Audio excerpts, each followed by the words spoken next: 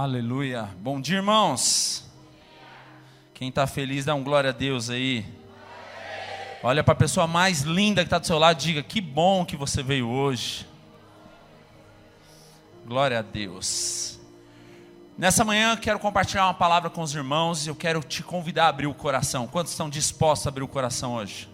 Quantos querem mais de Deus? Então diga assim: amém, eu quero mais de Deus. Você crê que Deus leva a sério a sua palavra?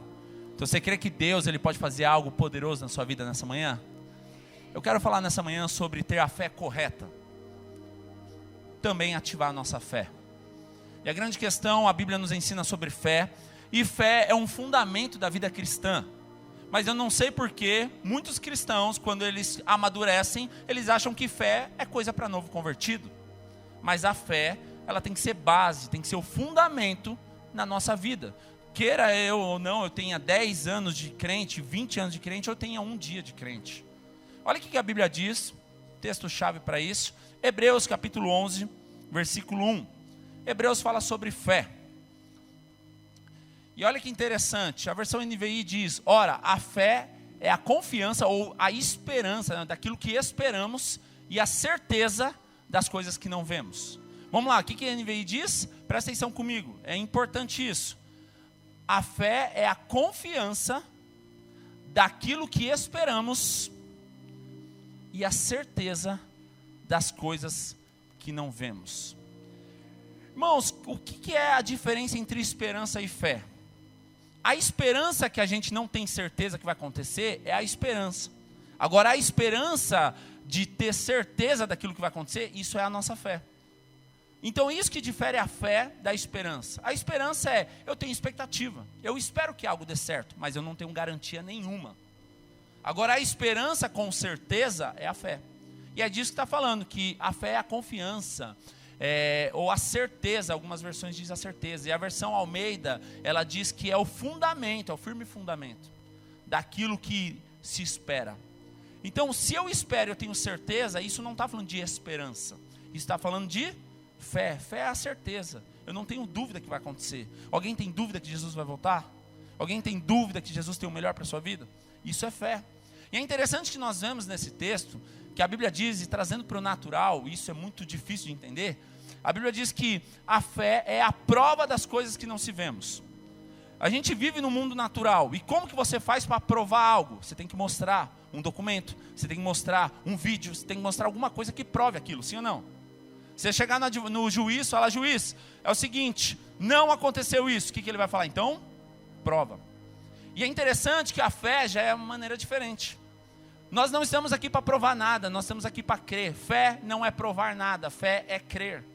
E essa é a base. Então, esperar sem ter certeza, olha para o seu irmão e diga: é só esperança.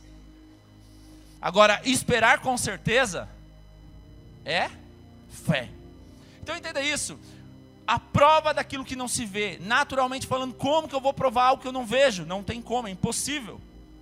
Como que eu vou provar algo que eu não tenho um documento? Como que eu vou provar algo que eu não tenho provas? Não tem como, judicialmente falando. Mas diante de Deus, nós não estamos aqui para provar nada, nós estamos aqui para crer. Isso é a fé. E essa é a base da vida cristã. A fé é o fundamento da vida cristã. Hebreus 11:6 diz que sem fé é impossível agradar a Deus. Então, ou seja, não tem como ter uma vida cristã se nós não tivermos fé. Muitas vezes a gente atribui que fé é para novo convertido, fé é para quem precisa mais de Deus, buscar conhecer Jesus. Mas a Bíblia diz que sem fé é impossível agradar a Deus. Aí a gente entra num contexto, e eu quero falar sobre fé correta.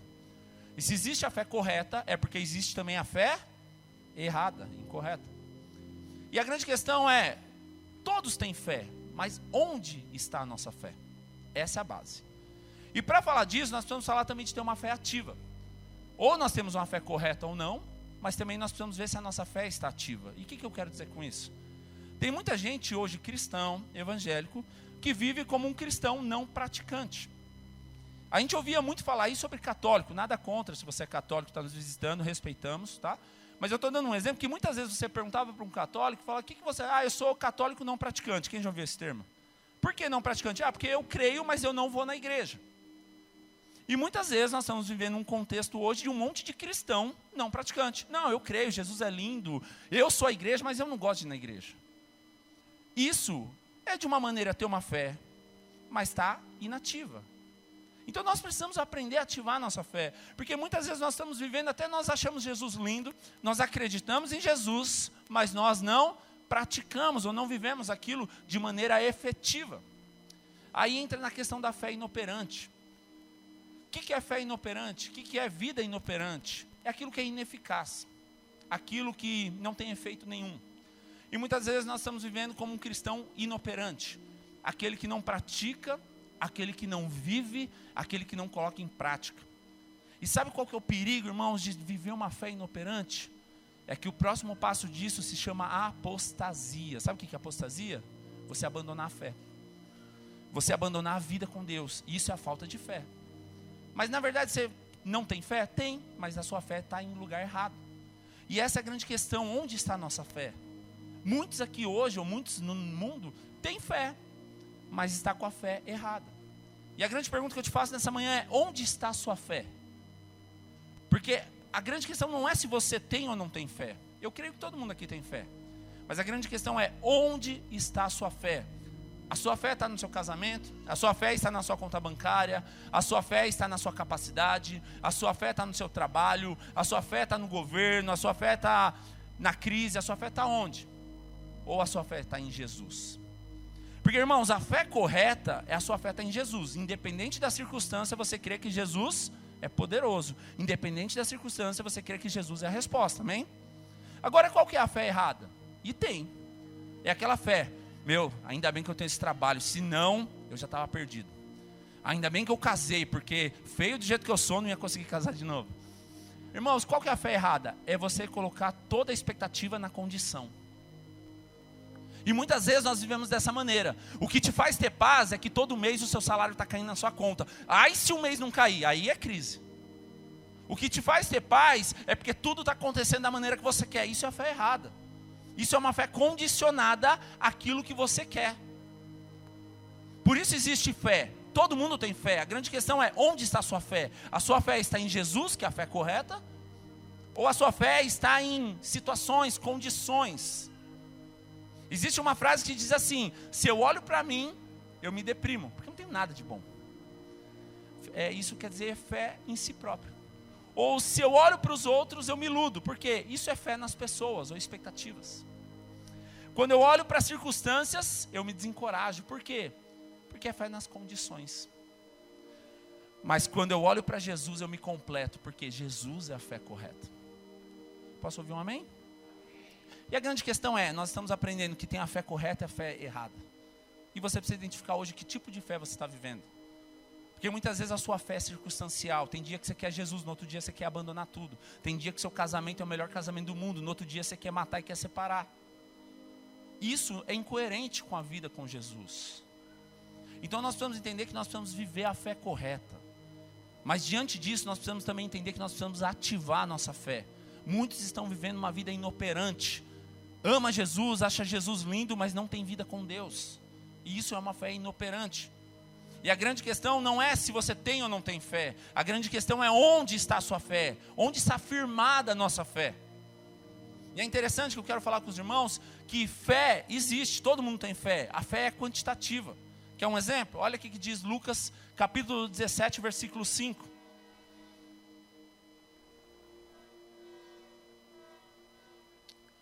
A Bíblia diz assim, os apóstolos disseram ao Senhor, nos dá a fé. Foi isso que eles disseram? Se eles pedissem dá a fé, é porque eles não tinham. Mas o que eles pediram? Aumenta. Então, vocês concordam que os apóstolos tinham fé? Sim ou não? Então é interessante que nesse texto, não vamos entrar aqui hoje para falar sobre esse assunto, mas eles estão falando isso depois que Jesus fala sobre perdoar. Então nesse momento eles acham difícil, então falam, então Jesus aumenta a nossa fé, porque não é fácil. Mas o que a gente aprende com esse texto? Esse texto nos ensina que não tem fé, não é falta de fé, mas é o quanto de fé você tem. Porque os discípulos entendem que é tão difícil perdoar, que eles falam, Jesus, eu não dou conta, aumenta a minha fé. Então nós aprendemos aqui que a fé ela é quantitativa. Quanto de fé você tem? Não é se você tem ou não tem. Todo mundo tem fé. a grande questão, o primeiro ponto que eu falei é, onde está a sua fé? Se é uma fé correta ou errada. E a grande questão é, qual é o tamanho da sua fé? Olha o que diz Mateus capítulo 14, versículo 31.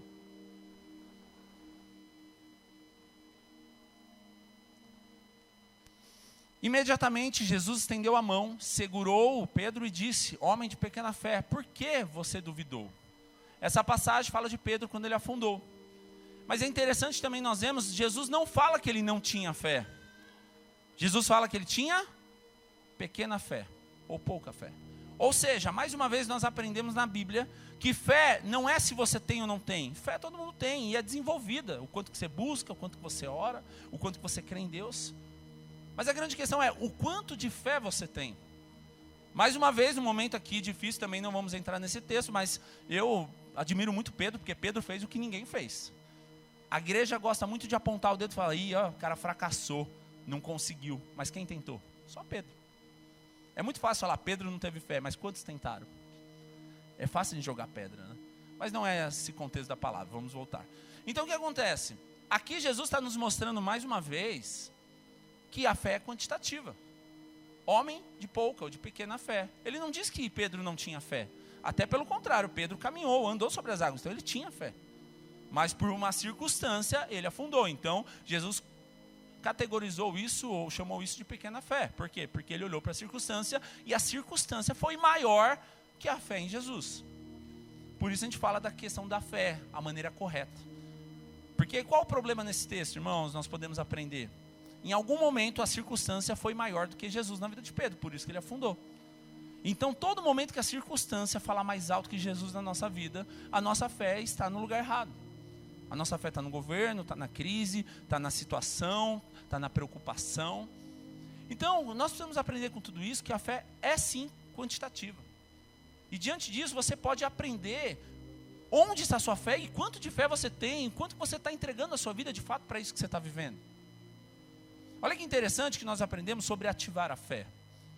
Lá em Tiago, capítulo 2, nós vamos ler um texto grande, do 17 ao 26. Eu queria que você prestasse atenção, que tem algumas chaves nesse texto. Olha que interessante que a Bíblia diz, aqui, a partir do versículo 17, Tiago 2, 17. Assim também a fé, por si só, se não é acompanhada de obras, está morta. Ou seja, aqui está falando sobre uma fé inoperante. Nós vamos entrar em detalhes, isso está no nosso material também, se você ler depois o Por Dentro da Local. Mas olha que interessante, continuando. Contudo, alguém dirá, você tem fé e eu tenho obras. Mostre-me a sua fé sem obras e eu mostrarei a minha fé pelas obras. Você crê que existe um só Deus? É uma pergunta, você crê que existe só um Deus? Muito bem, parabéns por isso. Mas até os demônios creem nisso e estremecem. Ou seja, isso não é fé. Tem muita gente que acha que fé é acreditar que existe um só Deus. A Bíblia está dizendo que até os demônios acreditam nisso. Então se você acha que a sua fé é grande, por você acreditar que existe um só Deus, ele está dizendo, isso é pequeno. Continuando, insensato, quer certificar-se de que a fé sem obras é inútil? Não foi pelas obras que Abraão, o nosso pai, foi justificado quando ofereceu o seu filho Isaque sobre o altar? Não foi? Você pode ver que tanto a fé como as obras estavam atuando juntas, caminham juntas. E a fé foi aperfeiçoada pelas obras. Cumpriu-se a escritura que diz, Abraão creu em Deus e isso lhe foi atribuído como justiça. E foi chamado amigo de Deus. Isso é uma referência do Velho Testamento, mas também está em Hebreus 11. Continuando. Vejam que uma pessoa é justificada pelas obras, não apenas pela fé. E o versículo 25 fala também sobre uma referência do Velho Testamento, mas também está em Hebreus 11, que fala sobre Raabe, que diz, caso semelhante ao de Raabe, a prostituta, não foi ela justificada pelas obras, quando acolheu os espias e o fez sair por outro caminho? E o versículo 26 diz, portanto, como o corpo sem espírito está morto, assim a fé sem obras está morta. Irmãos, o que esse texto está nos ensinando? Ela está ensinando sobre ter uma fé ativa ou uma fé inoperante. Porque tudo aquilo que eu creio, mas eu não pratico, é uma fé inoperante. Tem muita gente hoje que crê em Jesus, ama Jesus, mas não pratica aquilo que crê. Ou seja, é uma fé inoperante, uma fé sem sentido, uma fé improdutiva. E é interessante que nós vemos aqui que ele faz um questionamento. Você acha que fé é você acreditar que tem um Deus? Ele falou, isso até os demônios acreditam. Então isso não faz a gente ter uma fé ativa só por acreditar que existe um só Deus. A grande questão que pergunta aqui também, ele faz uma comparação que a fé e as obras caminham junto. E ele faz também uma atribuição, que assim como o corpo sem espírito está morto, a fé sem obras também está morta. Por quê? A obra é uma consequência daquilo que eu creio.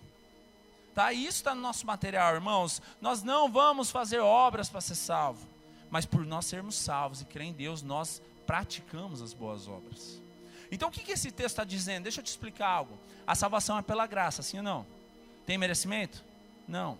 Então o que esse texto está nos ensinando? Está dizendo que a justificação pela fé, está certo, é salvação. Agora, a justificação pelas obras é galardão, é reino. Então as obras que você tem praticado não é para te fazer ser salvo. O texto está nos ensinando algo muito importante para o cristão. Esse texto está nos ensinando que as obras que nós fazemos, a justificação pelas obras é reino, é galardão, é esforço, é trabalho, é aquilo que nós vamos desfrutar no céu. Amém? Então, irmãos, o que nós aprendemos com esse texto? Fé, olha para o seu irmão, bem no olho do seu irmão, diga assim, fé, não, mais forte. Fé sem ação não passa de informação. Decore isso, fé sem ação não passa de informação. Porque a fé produtiva, a fé que gera mudança é aquela que é praticada. A fé de informação que eu sei, mas não muda a sua vida, é só informação. E a Bíblia está dizendo que a fé sem obras é morta, ou seja, nós não fazemos obras para ser salvo, nós não fazemos obras para ser amado, não. Mas nós somos amados, somos salvos, por isso nós não ficamos parados, nós nos envolvemos, praticamos as boas obras. Por isso eu quero te convidar a você não ter uma fé inoperante, isso até como ministério. Se você vem todo domingo só senta, eu quero te convidar a você falar, eu quero fazer parte, quero ajudar na recepção, quero ajudar em alguma área, eu quero servir. Porque isso é uma forma de boas obras também. Então tudo isso é uma forma de você praticar, de trabalhar também. Mas entenda isso, irmãos, isso está no nosso material, como eu disse. Você não é aceito pelo que você faz. Você não é valorizado pelo que você tem. Mas sim por quem você é. O ser é mais importante do que o fazer. Mas o fazer é uma consequência daquilo que eu sou. Entende? Eu não faço para ser aplaudido, eu não faço para ser reconhecido. Mas eu sei quem eu sou em Deus, é por isso eu não quero ficar parado, eu quero fazer, eu quero participar. Amém? Isso é um coração também de servo. Então nós precisamos entender que precisamos ativar a nossa fé. Muitos aqui são cheios de fé, mas muitas vezes ou a fé está em lugares errados, e isso tem tomado o lugar de Deus no seu coração, ou a sua fé muitas vezes ela está pequena ou está improdutiva, inoperante. Por isso nessa manhã você está aqui para ativar a sua fé. Quantos querem ativar a sua fé? Olha aqui que a Bíblia diz em Mateus capítulo 5.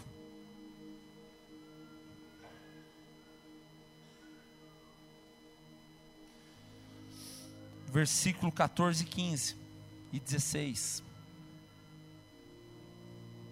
Vocês são a luz do mundo. Não se pode esconder uma cidade construída sobre um monte.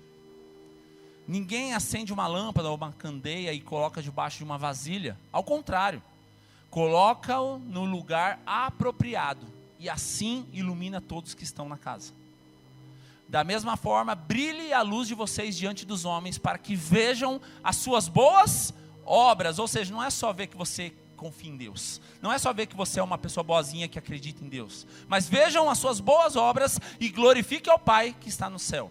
Olha que interessante que esse texto começa dizendo que nós somos a luz do mundo. E para que serve luz, irmãos? Se uma luz estiver debaixo desse palco, ela vai te ajudar a enxergar alguma coisa? Não, ela está escondida. Esse texto está fazendo a referência da mesma maneira. Nós somos luz desse mundo. Se nós estivermos escondidos ou estivermos apagados, não vai resolver nada. E isso fala sobre ativar a fé, porque se a luz estiver no lugar inapropriado, de nada vale. Ou seja, eu preciso entender quem eu sou em Deus, ativar minha fé e viver, sim, para iluminar esse mundo. Onde eu estiver tem que ser luz. Onde eu estiver, as pessoas precisam ser transformadas. Porque eu tenho algo? Porque eu sou bom? Não, por causa de Jesus. E esse texto, ele está dizendo sobre isso, porque através disso, quando eu pratico as boas obras, está dizendo que eu glorifico o Pai. Você consegue entender a importância de nós sermos canal e de nós sermos usados e deixar Deus agir da maneira que Ele quer? Isso é ter uma fé ativa. Mas por que muitas vezes nós não estamos sendo luz nesse mundo? Ou porque a nossa fé está em lugar errado, ou porque nós estamos com uma fé inativa. E nós precisamos entender isso para que nós possamos trazer luz no meio da escuridão. Sabe o que a luz faz na escuridão? Faz a diferença. Ela ilumina aquilo que não tinha visão. E nós estamos nesse mundo ainda por causa dessa razão.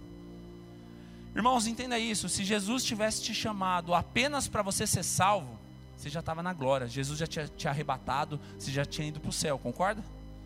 Então vamos pensar um pouquinho. Por que Deus nos salvou e permite que nós continuamos nesse mundo que jaz o maligno, um mundo difícil de viver? Tem um propósito, sim ou não? Que isso possa falar no nosso coração. Se eu estou aqui ainda nesse mundo, se Deus permite que eu continue vivendo nesse mundo, ainda que esse mundo não é a nossa casa, esse mundo não é a razão, tem um propósito ainda. E por isso nós precisamos ativar a nossa fé. E para concluir, eu quero falar sobre 5 características da igreja de Cristo. 5 características, e anote aí, sem isso, não é igreja. Se faltar isso na minha vida ou na sua, nós não somos igreja, amém? Primeira característica, anota aí, oração. Uma vida cristã sem oração não é igreja. Se você não ora, está falhando em ser igreja.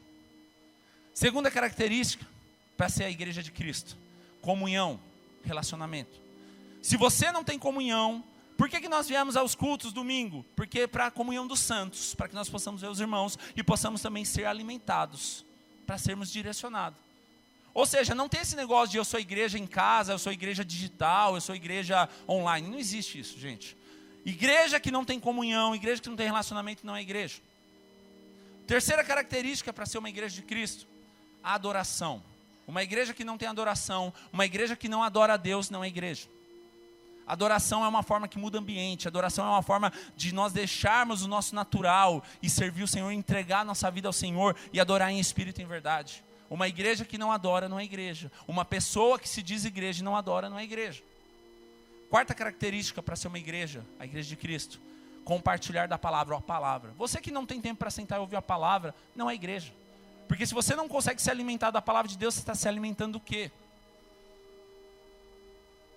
Se você tem tempo para, nada contra, mas fazer treinamento, fazer curso, fazer tudo, mas não tem tempo para ouvir a palavra, falta algo. Sem ouvir a palavra, sem compartilhar a palavra, sem receber da palavra, nós não somos igreja. E por último, para ser a igreja de Cristo, também precisamos partir do pão. O que é partir do pão? Tanto o sentido de em lembrança, em memória ao Senhor, mas também partir o pão fala sobre compartilhar, sobre abençoar, sobre servir, sobre ser uma bênção, como o Josa falou semana passada. Se não tem isso também, não é igreja, irmãos. Igreja não pode ser mesquinha, igreja não pode ser individual, igreja não pode ser egoísta. Se eu não me importo com o irmão que está do meu lado, eu não sou igreja. Então 5 características para nós sermos a igreja de Cristo. Reforça aí, anota aí, vamos, me ajuda aí. Oração, comunhão, adoração, palavra e partir do pão. E eu quero que você reflita isso, porque isso, irmãos, nada mais resume uma fé ativa. São princípios e valores de uma fé ativa. E muitos têm perdido isso, por quê? Porque perdeu valor, perdeu princípios. Então, outra palavra para você decorar aí, fala assim, sem oração e sem palavra é igual, sem direção e sem vida. Irmãos, se eu vivo uma vida sem oração e sem palavra, em outras palavras eu posso dizer que é uma vida totalmente perdida, sem direção e sem vida. Porque o que está direcionando a minha vida se eu não tenho oração e não tenho palavra? Se eu não ouço uma palavra de Deus, se eu não tenho uma direção de oração, se eu não oro, qual que é a direção da minha vida? Não tem. Então sem palavra e sem oração, sem direção, sem vida. Por isso, nós precisamos entender que é tempo de nós ativarmos a nossa fé. E eu queria te convidar a fechar seus olhos por um instante.